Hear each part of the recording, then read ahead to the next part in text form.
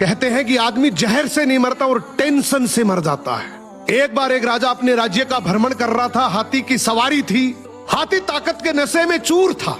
हाथी ने ध्यान नहीं दिया और उसकी सूंड से एक मस्त मोला फकीर का कटोरा गिर गया। फकीर को बड़ा गुस्सा आया। उसने कहा, रुक मैं बताता हूँ, और हाथी का पूंछ पकड़ लिया। हाथी ने पूरी ताकत लगा दी पर हाथी एक कदम आगे नहीं बढ़ सका। राजा ने पीछे मुड़ के देखा तो फकीर के हाथ में हाथी का पूंछ था। राजा को बड़ा अचंबा हुआ कि एक फकीर में इतनी ताकत। राजा फकीर के पास गया और बोला, आपकी जगह फुटपाथ पे नहीं, आपकी जगह तो राज दरबार में होनी चाहिए।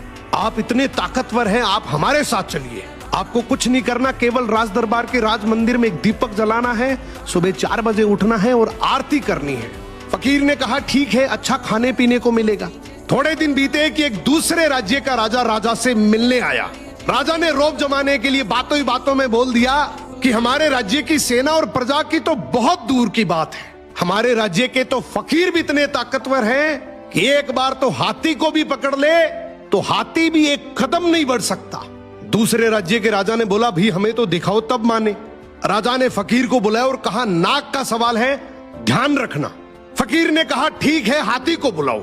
फकीर ने हाथी का पूंछ पकड़ा मगर इस बार पासा पलट चुका था। हाथी फकीर को घसीटते हुए ले गया। ये देखकर राजा को बड़ा अचंबा हुआ और फकीर से बोला कि जब तुम फुटपाथ पर रहते थे, रूखा सूखा खाते थे, तब भी तुम में इतनी ताकत थी। अब तो तुम राज दरबार में रहते हो, 56 प्रकार के भोजन करते हो, फिर ताकत कहां गई? फकीर जोर से हंसा और बोला, राजा जी, ताकत को टेंशन खा गई। पहले मेरे कोई टेंशन नहीं थी, कब उठना है, कब जागना है, कब सोना है। अब रात को सोता हूं तो टेंशन लेकर सोता हूं कि सुबह 4 बजे उठना है, दीपक जलाना है, आरती करनी है। टेंशन मेरी ताकत को खा गई। यही हालात आज के समय की है।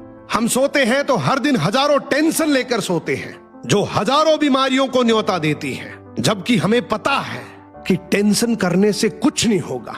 वही होगा जो भगवान को मंजूर है। फिर टेंशन करने का क्या फायदा? सो मेहनत पे भरोसा रखो, टेंशन करने से कोई फायदा नहीं है। टेंशन आदमी का शरीर दीमक की तरह खा जाती है।